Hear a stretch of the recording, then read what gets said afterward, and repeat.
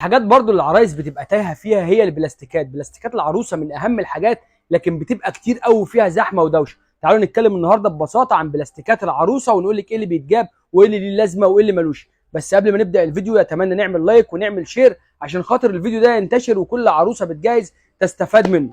واول حاجه هنتكلم فيها في البلاستيكات هي اطقم الحمام الكامله. وليه بنقول اطقم الحمام الكامله افضل من الحاجات الفرداني للحمام؟ عشان بتبقى منسقه وكمان بتبقى لايقه على بعضها وفيها كل حاجه تخص الحمام. من افضل اطقم الحمام طبعا هي الوطنيه منزل 7 ومنزل 10 ومنزل 15 ومنزل 35. ايه الفرق ما بينهم وايه افضلهم؟ هنبدا بالسبعه، والسبعه بيبقى فيه الحاجات الاساسيه بس. بيبقى فيه 2 سبت غسيل كبار، واحد سبت غسيل للغسيل اللي مش نظيف، واحد سبت غسيل للغسيل النظيف اللي بنخرجه من الغساله وبنروح ننشره. وبعد كده بيبقى فيه باسكت، وكمان بيبقى فيه سبت للمسحوق صغير كده عشان نحط فيه المسحوق. بيبقى فيه كمان سبت صغير كده بيد للغسيل اللي هو الصغير اللي مش نظيف. وعندنا كوبايه ممكن نحطها على الحوض ونستخدم فيها اي حاجه. وكمان في الفرشه بتاعه التواليت ممكن صغيره كده. ده كده في الاساسي بتاع السبعه، فيه الاساسيات بس. طبعا العشرة بيبقى ازيد منه بحاجات بسيطه خالص، وهو مثلا عندنا الصبانه وعندنا المضخه بتاعه الصابون وعندنا كوبايه تانية بتبقى الفرشه الفرشه والمعجون بتوع الاسنان. لحد هنا كويس. نبدا في ال 15 بيبقى ضايف لنا حاجات وهي كوبايات صغيره كده. ازيد من 15 بيبقى ملوش لازمه. يعني احنا عندنا مثلا وليكن 35 عامل لي هيصه وعامل لي دوشه في قلب الطقم وحاجات ممكن تكون بره الحمام اصلا.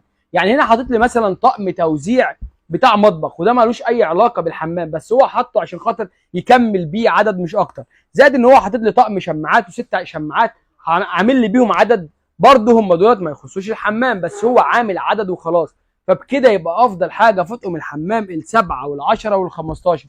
ازيد من كده ما تجيبيش في العدد في اطقم الحمام. وكمان فرق السعر ما بينهم بيبقى بسيط خالص. يعني الفرق ما بين السبعه والعشره والخمستاشر ممكن يبقى 30 جنيه في كل طقم او 25 جنيه في كل طقم، فبالتالي ما بتبقاش فرق قوي، فهتيجي على حسب استخدامك. بس زي ما قلنا هم افضل 3 اعداد ممكن تجيبيهم السبعه والعشره والخمستاشر، ابعدي عن الاكتر.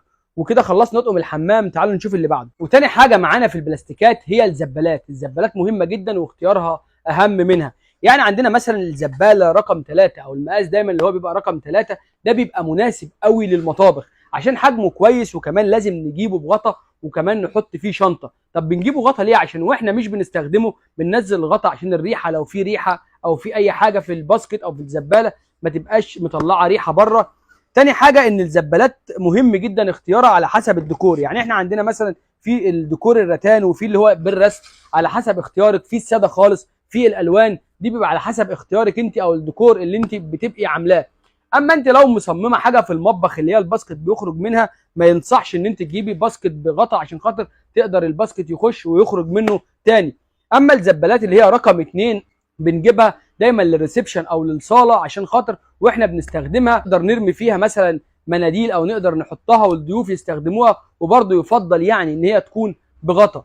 اما الصغيرين خالص دول بنجيبهم لاوض الاطفال، بنجيب الصغيرين لاوض الاطفال. اما الحمام ناخد بالنا قوي ونجيب له باسكت يكون برضه بغطا، لان في ناس بتستسهل وبتيجي تقول لي انا عايزه الباسكت ده نحطه في الحمام. ما ينفعش نحط باسكت في الحمام من غير غطا. يعني ده مثلا ممكن نحطه في اوضه نوم، ممكن لو مش قادرين نجيب باسكت غالي نجيبه نحطه في اوضه الاطفال، مش هتفرق، اللي هي الاماكن المفتوحه او ممكن اي حد يخش فيها. لكن الحمام بنحط له باسكت بغطا عشان خاطر دايما يبقى مقفول، ما يبقاش مفتوح عشان لو حد دخل استخدم الحمام او اي حاجه تاني. اما بالنسبه للبساقط الكبيره اللي بالشكل ده، في ناس بتجيبها وتحطها قدام باب الشقه، فدي بتبقى حلوه قوي وكبيره، فبالتالي بتاخد معانا كم كبير ومش كل شويه نروح نفضيها. طبعا بنجيبها برضو بغطا عشان خاطر القطط او الحاجات ما تقعدش تلعب فيها وتطلع منها الزباله وهي على السلم فتبوظ الدنيا. دي بالنسبه للباسكتات. يلا نشوف اللي بعده. بعد كده بنخش على الشانون. طبعا احنا عندنا الشانون في منه بلاستيك وفي منه معدن وكان في منه رتان. طبعا البلاستيك اهم حاجه فيه، وعشان هنحط فيه خضار لازم نجيبه بلاستيك يكون بي 5 عشان خاطر يبقى صحي وما ينقلناش اي عدوى او يسبب لنا اي مشاكل بعد كده. عندنا الشانون ابو درج مقفول، ده بيفضل الناس بتجيبه تحطه في البلكونه. طبعا بتخزن فيه بطاطس، بتخزن فيه بصل، الحاجات اللي هي بتقعد فترات طويله، وده بيتحط في البلكونه. زائد ان احنا يعني بنهتم ان احنا نجيبه يبقى مخرم كده من الجناب، اخرام صغيره عشان ما يدخلش حاجه جوه الشانون، وفي نفس الوقت يكون مقفول وبيتحط يا جماعه في البلكونه ابو. زائد ان الشانون ده ممكن كمان ما نجيبوش في المطبخ خالص، وممكن نجيبه في اي اوضه او نعمله وحده ادراج ونستخدمه مثلا في الادوات المدرسيه بتاعه الاطفال برضو، ونحط فيه اقلام وكراريس والحاجات دي. وفي ناس بتجيبه وتحط فيه الهدوم بتاعه البيبيهات دي لو ما عندهاش مساحه، فبيبقى حلو جدا. زائد ان احنا ممكن نحط فيه الاكياس بتاعه البقوليات، فهو بيبقى مستحمل وبيبقى قوي جدا، من اقوى الشالونات اللي موجوده. وفكره ان هو بدرج فدي فكره مريحه جدا وحلوه جدا، يعني تحسوا ان مساحته جواه، فدي حاجه حلوه قوي وحاجه مريحه قوي بالنسبه للشانون. اما بالنسبه عندنا الشانون اللي بيبقى مفتوح بالشكل ده، في منه موديلين، الموديل ده والموديل ده بيبقى مفتوح ليه عين كده صغيره بنقدر نحط فيها الخضار، ده بنحطه عادي جدا في المطبخ، وكمان ممكن نستخدمه ونغسله بالميه لو ما فيهوش خضار، بيبقى مفتوح وسهل جدا. بنحط فيه مثلا اكياس مكرونه، بنحط فيه طماطم، بنحط فيه الحاجات اللي هي بتبقى سهله الخروج، وكمان بيبقى مكشوف ومتهوي قوي عشان خاطر الحاجات ما تبصي بسرعه. وفي منه الموديل الشكل اللي تحت ده اللي بيبقى زي العلب. وفي ناس بتجيب الموديل اللي تحت ده مش بس بتستخدمه كشانون للخضار، لا بيستخدموه مثلا الادوات المدرسيه بتاعت الاطفال، يحطوا فيه اقلام كراريس، يحطوا فيه كتب في الاوض اللي بيبقى حجمها صغير، فبيبقى مناسب قوي وحلو قوي. بس اهم حاجه زي ما انا قلت نجيبه بي 5 لو بلاستيك. اما بالنسبه للشانون المعدن، حلو قوي وعملي قوي ومتين قوي، بس في عيب واحد ان هو بيفتح بالجنب زي ما انتم شايفينه كده، يعني بالتالي الشانون ده عايز مساحه جنبه، يعني الناس اللي تجيبه يكون عندها مساحه كويسه او مساحه متوفره، بحيث ان انت لما تحطي فيه حاجه تقدري تفتحيه بالشكل اللي انتم شايفاه ده. يعني هو بصوا احنا شايفين ان هو دلوقتي بصوا واخد بعرض تقريبا عايز له عرض 80 سم اهو، او انت ممكن بقى لو المساحه مش كبيره تفتحي لحد النص كده. بس هو عيبه الوحيد زي ما انا قلت لك ان هو بيبقى اوقات محتاج مساحه كبيره، لكن هو عملي جدا ومتين لانه معدن، وكمان برجول، في منه بعجل وفي ممكن نشيل العجل ونستخدمه من غير عجل. زائد ان احنا ممكن نحطه بره في البلكونه، او ممكن نحطه كمان في الشقه، لانه لما بيقفل كده بيبقى الفراغات ما بينهم بتبقى مش كبيره قوي. وفي ناس كمان بتجيبه تحطه في المطبخ بيبقى شكله شيك قوي. زائد ان احنا ما ينفعش نستخدمه بالميه، يعني ما ينفعش، عارفين كده احنا بنيجي اوقات العيد نمسك الخرطوم ونقعد نغرق في المطبخ، فما ينفعش نغرق الشانون ده عشان مهما كانت جودته فهو معدن، مع الوقت هتلاقيه بدأ يصدي. فانت عايزه تمسحيه او تنضفيه بقماشه مبلوله وتبداي تمسحيه، وبعد كده تنشفيه عادي جدا. دي بالنسبه للشانونات. يلا نخش في اللي بعده.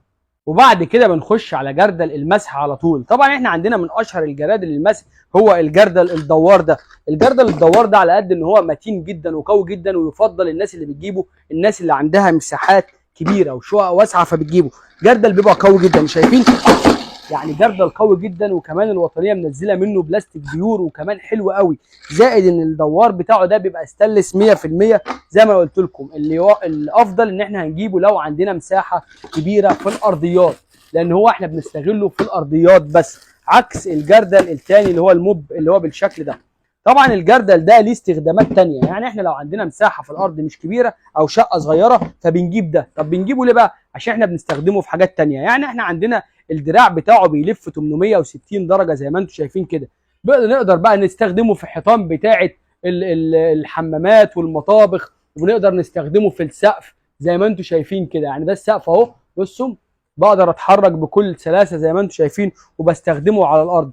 زائد ان هو ليه غيارات وبتتباع والتركيب بتاعه بيبقى سهل قوي. طبعا من افضل الماركات اللي موجوده فيه وانا قلت قبل كده هو الوطنيه، لان هو بضمان وكمان البلاستيك بتاعه بيور. في حاجات تانية بتبقى مستورده انا شايف ان هي بتبقى غاليه على الفاضي وخلاص، لكن الوطنيه سعره مناسب، لان تقريبا سعره بيتراوح من 550 ل 590 جنيه، فهو حلو جدا. طبعا نازل منه كذا موديل في الوطنيه، بتختلف بس في الشكل. اما الجردل ده الناس اللي بتجيبه بتبقى جايباه اضافه، اللي هو بنجيبه عشان خاطر ما نستخدمش دول كتير، او هنجيبه نمسح بيه السلم، او اللي هو الحوش بتاع البيت، مدخل البيت. فبالتالي هو حلو قوي للاستخدامات دي. ممكن نستخدمه للبلكونه في التراب الكبير عادي. لكن في ناس لو انت مش قادره وهتجيبي الجردل ده بس، انصحك ان انت تجيبي معاه واحده زي دي كده، بس تكون نظيفه وتكون كويسه عشان خاطر نقدر نستخدمها في الحيطان وفي السقف زي ما انا قلت لكم، اللي هو في العيد بقى عايزين نغسل ونروق والسقف والحيطان والهيصه اللي احنا بنعملها دي، فهتيلك واحده زي دي مع الجردل ده لو انت هتجيبي الجردل ده بس. ادي كده الفرق ما بين الثلاثه. بعد كده نشوف اللي بعد كده. واخر حاجه بنخش على رفايع البلاستيكات. طبعا دي بتبقى اكبر متاهه، بس احنا بنجيب فيه اللي احنا محتاجينه بس. يعني احنا عندنا مثلا علب الثلاجه بيبقى فيه منها كل المقاسات وكل الاحجام. اهم حاجه في البلاستيكات الصغيره دي ونركز عليها قوي ان هي تكون بي 5، لان دي احنا بنحط فيها اكل بنحطها في الثلاجه، لازم يبقى مكتوب عليها الارشادات بتاعتها من تحت انها بتتحط في الفريزر، تتحط في الثلاجه، تتحط فيها اكل. طبعا في منها الشفاف اللي بالشكل ده، وفي منه اللي عليه رسم. انت بتجيبي على حسب استخدامك او حسب ما انت حابه. انا في ناس تحب اللي هو الشفاف، في ناس ما بتحبوش. زائد ان في بيبقى في بولات كده صغيره في الحجم اللي انتوا شايفينه ده، بتبقى حلوه قوي لنوع مثلا نحط فيه شويه اكل بايتين، شويه جبنه حادقه اللي هي طالعين في مكان فبنحط فيه شويه اكل كحافظ طعام، بس هو مش كبير. طفل صغير بنحط له كذا نوع اكل، فبيبقى حلوه قوي الحاجات دي. اما بالنسبه للبولات الصغيره دي بتبقى حلوه برضو للي هي استخدامات، ودي لازم نجيبها عشان خاطر بنحط فيها الاكل، عشان ما ينفعش نبيته في الحل الجرانيت او التيفال لان هو بيبوظها. فبالتالي دي حلوه قوي للاستخدامات. طبعا بيبقى في عندنا العلب اللي زي كده اللي انتم شايفينها. العلب دي بتبقى حلوه قوي للبقوليات، بتبقى حلوه قوي للنشا، للدقيق، للحاجات اللي احنا بنحطها في المطبخ. وكمان في مصافي لغسل الخضار. طبعا العلب دي بيبقى في منها احجامها، والمصافي دي كمان بيبقى في منها احجامها ومدور ومربع.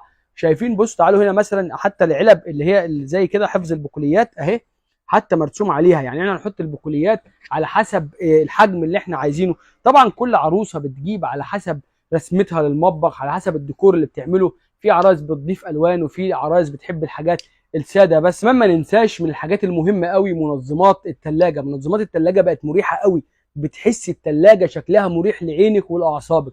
لما انت بترصيهم جنب بعض بتقدري تصنفي فيهم الخضار او الحاجات اللي بتحطيهم في الثلاجه، بتبقى حلوه قوي. تقدري تسحبيها وتقدري تدخليها. ممكن لو الرف عندنا عالي نحط اتنين فوق بعض. طبعا في منها الرتان، وفي منها الساده، وفي منها الشفاف. حلوه قوي ومريحه قوي. وكمان ما ننساش ان احنا واحنا بنجيب رفايع البلاستيكات دي نهتم قوي ان احنا بنجيبها تخش الميكروويف او بيبقى عليها علامه الميكروويف. فدي بتبقى حلوه قوي وكمان صحيه، وبتقدر تساعدنا ان احنا اي حاجه وهي فيها بنقوم مدخلينها الميكروويف على طول. زائد ان كمان فيهم اللي هي مصفات الرز اللي انتم شايفينها دي. يعني دي فيها ميزه حلوه قوي، دي انا حابب اختم بها الفيديو. لان هي ميزتها ايه بقى؟ على قد ما هي مصفه رز، لو انت اتخانقتي مع جوزك في قلب الشقه تقدري تقومي لابساها على طول كخوذه كده وهو بيضربك بعصايه المقشه ولا حاجه. فدي ميزه قوي حلوه قوي فيها عجباني يعني. انا على طول بستخدمها عشان لما باجي اتضرب بقوم حاططها على دماغي كده. دي بالنسبه، لا هي مصفه رز بس يا جماعه. دي بالنسبه لكل رفايع البلاستيكات. اتمنى لو انتوا استفدتوا من الفيديو الطويل ده للبلاستيكات نعمل لايك ونعمل شير، عشان خاطر عرايس كتير جدا بتبقى تايهه في الموضوع ده ومحتاجه حد يفيدها او حد ينصحها فيه. شكرا.